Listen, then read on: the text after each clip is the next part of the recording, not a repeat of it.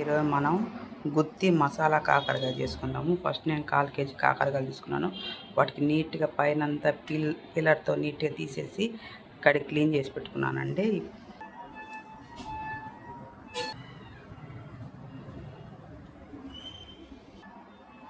కాకరకాయని ఇలా తీసుకునేసి మధ్యలోకి ఇలా ఘాట్లు పెట్టుకోండి. ఒక 3 దగ్గరగా ఇలా ఘాట్లు పెట్టుకోండి. ఇలా అన్ని కాకరకాయలకి ఇలాగే ఘాట్లు, ఇలా వంకాయలన్నీ ఘాట్లు పెట్టుకున్న తర్వాత మనం ముందుగా ఒక కప్పులోకి ఇంత చింతపండు చూడండి, ఒక చిన్న నిమ్మకాయ సైజు అనుకోండి, చింతపండు తీసి నానబెట్టి పెట్టుకోండి.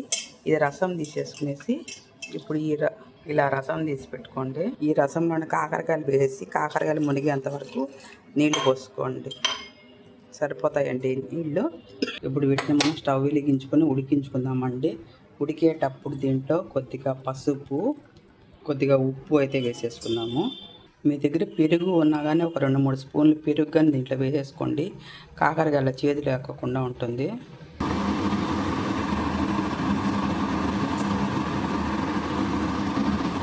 ఒక 10 ఎండుమిరపకాయలు, వీటిని మనం రోస్ట్గా వేయించుకుందాము. ఒక్క చుక్క ఆయిల్ వేస్తున్నానంటే ఒక్క చుక్క ఆయిల్ వేసుకునేసి వీటిని మనం ఇప్పుడు రోస్ట్గా వేయించేసుకుందామండి. ఇప్పుడు పప్పులు అయితే వేగిపోయింది. ఇప్పుడు దీంట్లో మనం 2 స్పూన్లు కరెక్ట్గా ఒక స్పూను 2 స్పూన్ల పైన శనక్కాయ పప్పు వేసానండి. ఇవి కూడా బాగా వేగనిద్దాము. చూడండి, ఇవంతా బాగా వేగిపోయేసాయి. స్టవ్ ఆఫ్ వేసి చల్లారనిద్దామండి. కాకరకాయలు అయితే ఉడికిపోయాయి. ఇప్పుడు మనం వీటిని నీట్గా ప్లేట్లో తీసేసుకుందామండి. అంతా చల్లారిపోయిందండి. ఇప్పుడు దీనికి సరిపడా మసాలాకు సరిపడినంత ఉప్పు వేసుకోండి. చూసుకొని వేసుకోండి ఉప్పు మాత్రమే, ఎందుకంటే మనం కాకరకాయ ఉడకబెట్టే దాంట్లో వేసాము. మళ్ళీ ఇప్పుడు మసాలాలో వేసుకుంటున్నాము. మిక్సీలో వేసుకున్న తర్వాత దీంట్లో ఒక తెల్లగడ్డ, ఒక్క గడ్డ అండి పాయలు ఒలుచుకునేసి ఒక గడ్డ మొత్తం వేసేసుకునేసేయండి. చూడండి, మనం ఉడకబెట్టి తీసి పెట్టుకున్న కాకరకాయ కానీ చల్లారింది. ఇప్పుడు వీటిని ఇట్లా గట్టిగా ఒత్తేసేయండి. ఏమైనా వాటర్ అట్లా ఉంటే వచ్చేస్తుందండి. కొద్దిగా చల్లగా అయిన తర్వాత మీరు ప్రెస్ చేయండి, ఎందుకంటే వేడిగా ఉంటే కాలుతుంది. నాకైతే కాకరకాయలు పిండి ఇన్ని నీళ్ళు వచ్చేయండి. వీటిని పడేసి క్లీన్ చేసుకుందాం.